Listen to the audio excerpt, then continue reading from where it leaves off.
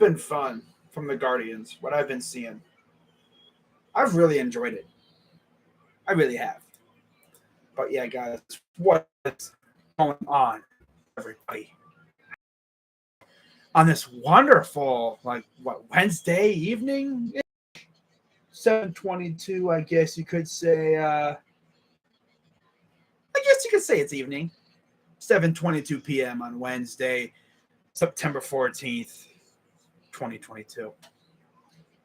And of course, tomorrow begins week 2 of the NFL season. It's going to be fun. Now, I'm not going to spend a whole lot of time on these games because I don't know how long my internet's going to stay alive. I mean, it's been going off and on for the past couple hours. So I'm just hoping that my provider must have been working up the road or something, because it's been going off and on. And, I've actually had to put this off for about an hour or so because of that. So we are coming off a series against the Angels, a team that actually whooped our butts in LA earlier this year. And I was thinking, okay, take 2 of 3 and I'll be happy. Simple. Take 2 of 3 against these guys and I'll be a happy camper. It's tolerable.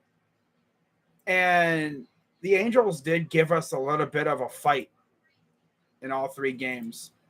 First game, we had, let me see who we had pitching. Oh, yeah, that's right. We had Pilkington against Detmers. Detmers, of course, had a no-hitter this year. And Pilkington's been solid. Not great. Not trash. His best game to this point was still that game on YouTube against the Royals. That was his best game of the year by far as a starter. 3 hits, 4 runs, 3 walks, 3 Ks, and 2 dingers. Yeah, sounds about right for Connor. And what went down was the offense woke up in this game. They realized our pitcher's kind of a scrubby bum, and they knew that they had to score runs to support him. And that's exactly what they did. Freeman. How about, Tyler Freeman? That dude, earlier, a while back, about a month or 2 ago, not even, this dude was a scrub. I did not want to see him on the field.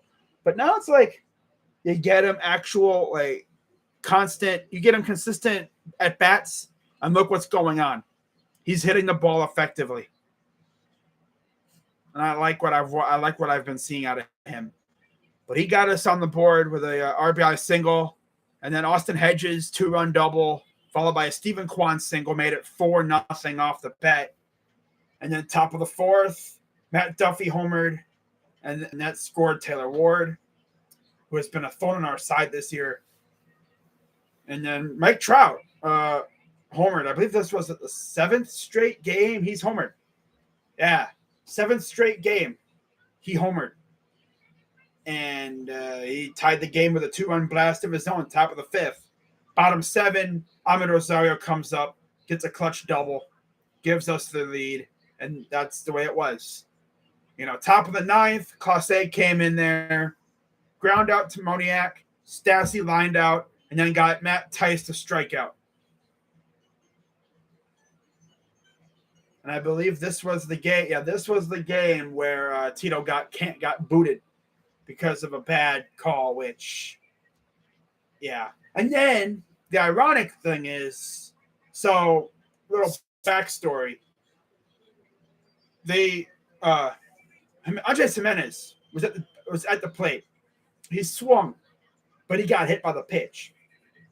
Now, Andres didn't think he swung, and Tito wanted to review it. But I guess he didn't. He ran out of time. And so the umpire actually booted him out because he got pissed. I mean, I tell you one thing. I haven't seen Tito that mad in ages. This dude, it literally, I think it's been 3 or 4 years since he's actually gotten ejected, I feel like. There was the past 2 or 3 years, he has been so chill. I think it's mainly because of the injuries that he's been dealing with. He's been dealing with a lot of health issues. And so he really hasn't had the energy to really get pissed off. But this year, man, he's been ejected like 3 times, I think.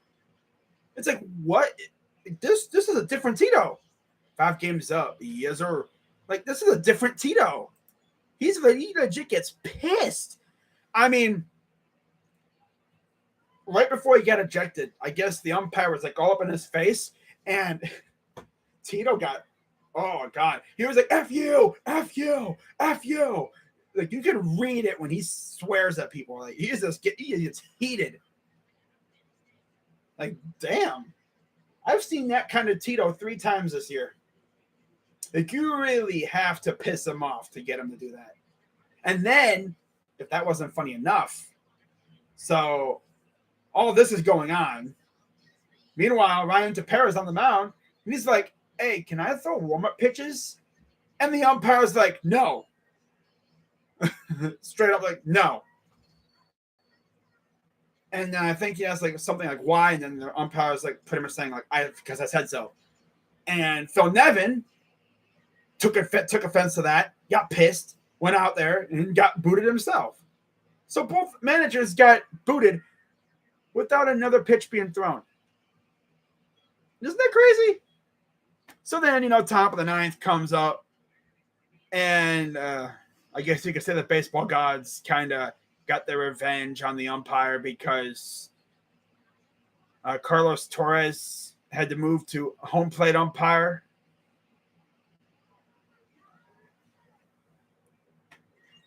As the umpire at home plate got hit with a foul ball off the face mask. And if you're wondering who the home plate umpire was, it was Ron Culpa. Yeah. And Carlos Torres had to go to home plate to be the home plate ump for the final, out of the game because of that foul ball off the face. But overall, Guardians win 5-4. Detmers went 5 innings, 6 hits, 4 runs, 4 earned, 2 walks, 3 Ks.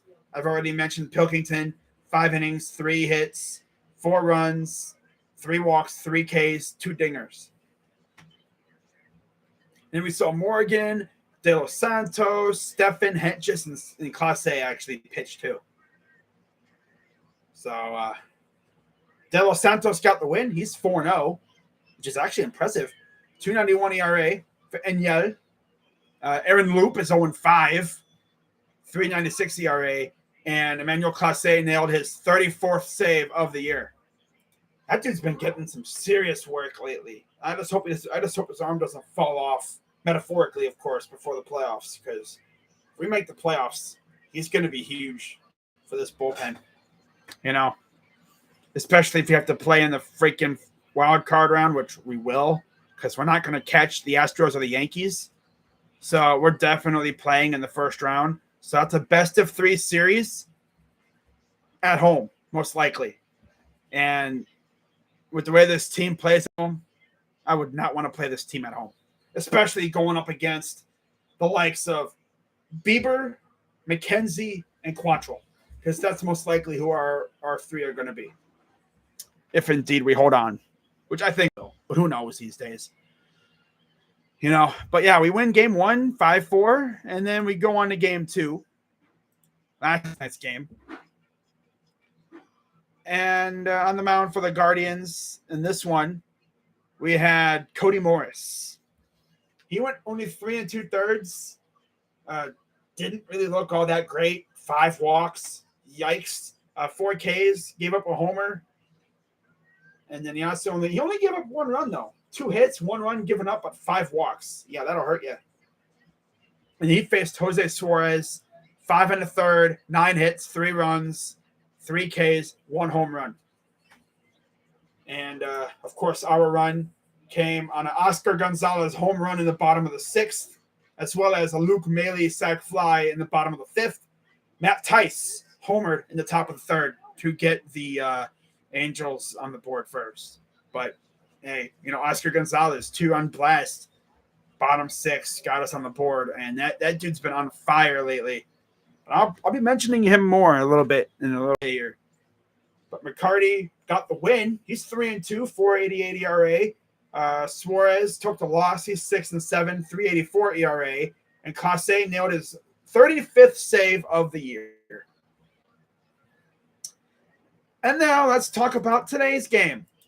Because once again, it was a little there was some crazy stuff going down. So game gets underway, and on the mound for the Guardians, we had Cal Quantrill, who has been phenomenal at home against almost said Pablo. Patrick Sandoval. Let's get rid of this loser here. Okay, get out of there. Freaking loser. Touch grass, as always. Haven't seen that account in a while, though. But Sandoval, 5 1/3, 7 hits, 2 runs, 2 earned, 3 Ks, and a homer. And then Quantrill, 7 innings, 8 hits, 3 runs, 6 Ks, and a home run given up. And for a while there, I thought he was going to take the loss. It looked like he was going to take a loss.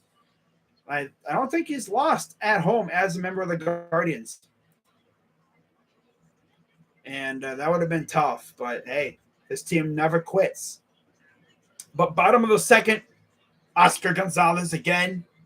Like I said, I was going to mention him a little bit later on. Well, he struck again, bottom second.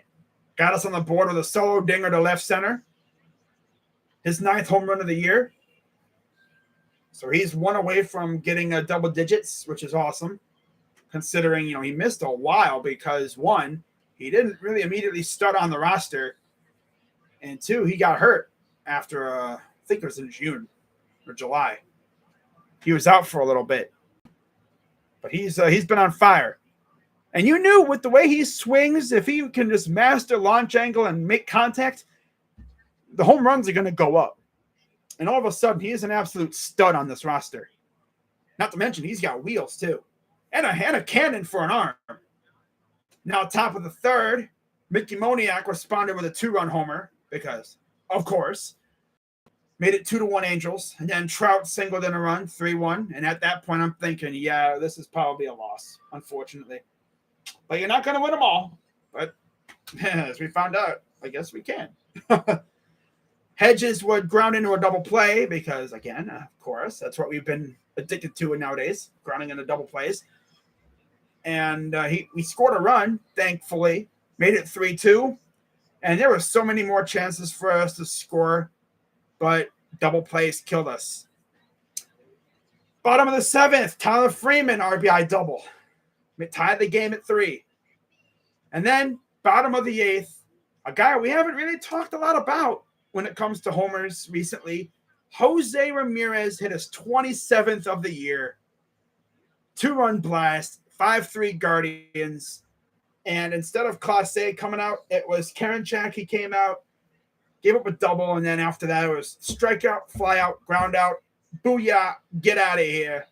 And we take the third game, 5-3. Win goes to Stefan. He's 5-4, 2.38 ERA. Tepera takes the loss. He's 4-3, 3.93 ERA. Karinchak nailed down his 3rd save of the year and a 1.47 ERA. So now you're like, okay, we swept the Angels. What's next? Well, we got a lot of divisional games. Okay, let's get rid of this loser again.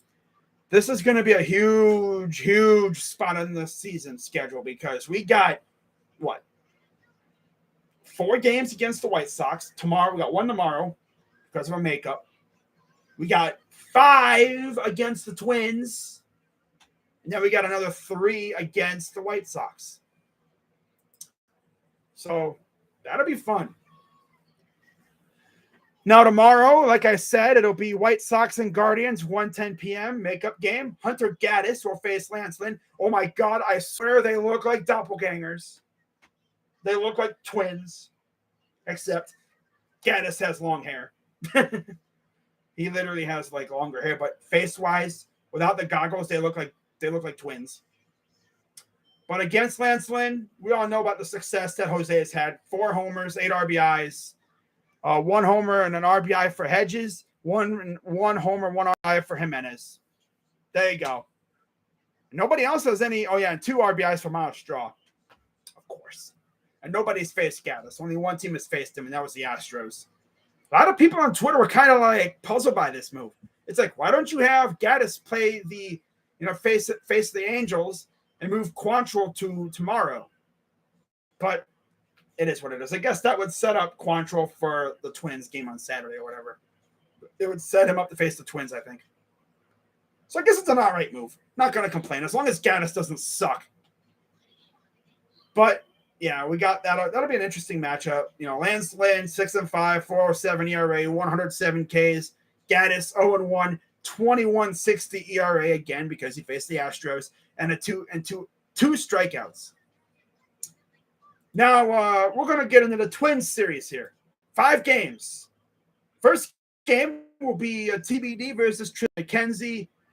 Tristan, of course, had one of his worst outings against the Twins, and then after that outing, he's been lights out ever since that game.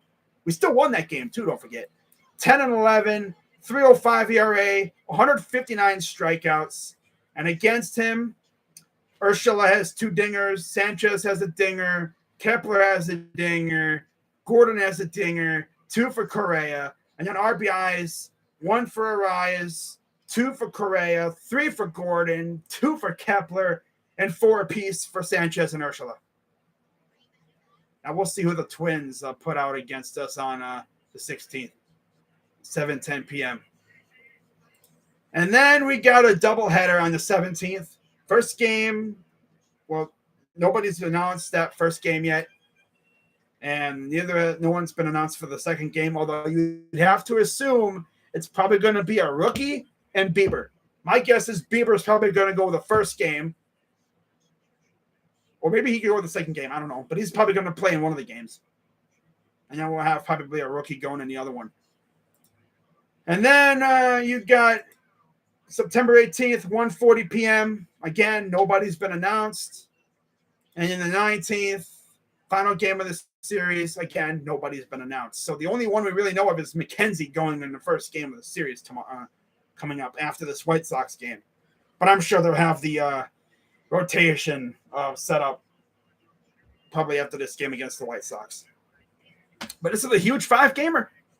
So now, of course, we got the White Sox afterwards. So it's going to get fun here at the end here. So hope you guys are ready to go. What's worse, baseball, hockey, or women's basketball? I mean, probably women's basketball, in my opinion. At least baseball, you could have, some excitement. Hockey is one of the most exciting sports in there of those 3, especially playoff hockey. Ooh, intensity. But yeah, that's going to wrap it up for this one, guys. Kept it nice and short. Not a whole lot to talk about because, again, nobody really knows who's pitching against the Twins except for McKenzie. We have to assume Bieber. I mean, you pretty much have to thank every pitcher is pitching against them. You'd love to buy one? Well, I think they're available on the GV Artwork website where I got this. Oh, yeah, you're one of those guys, huh? Talking about free Uncle Lou. I mean, what he did, bro, like, yeah. I don't know, man.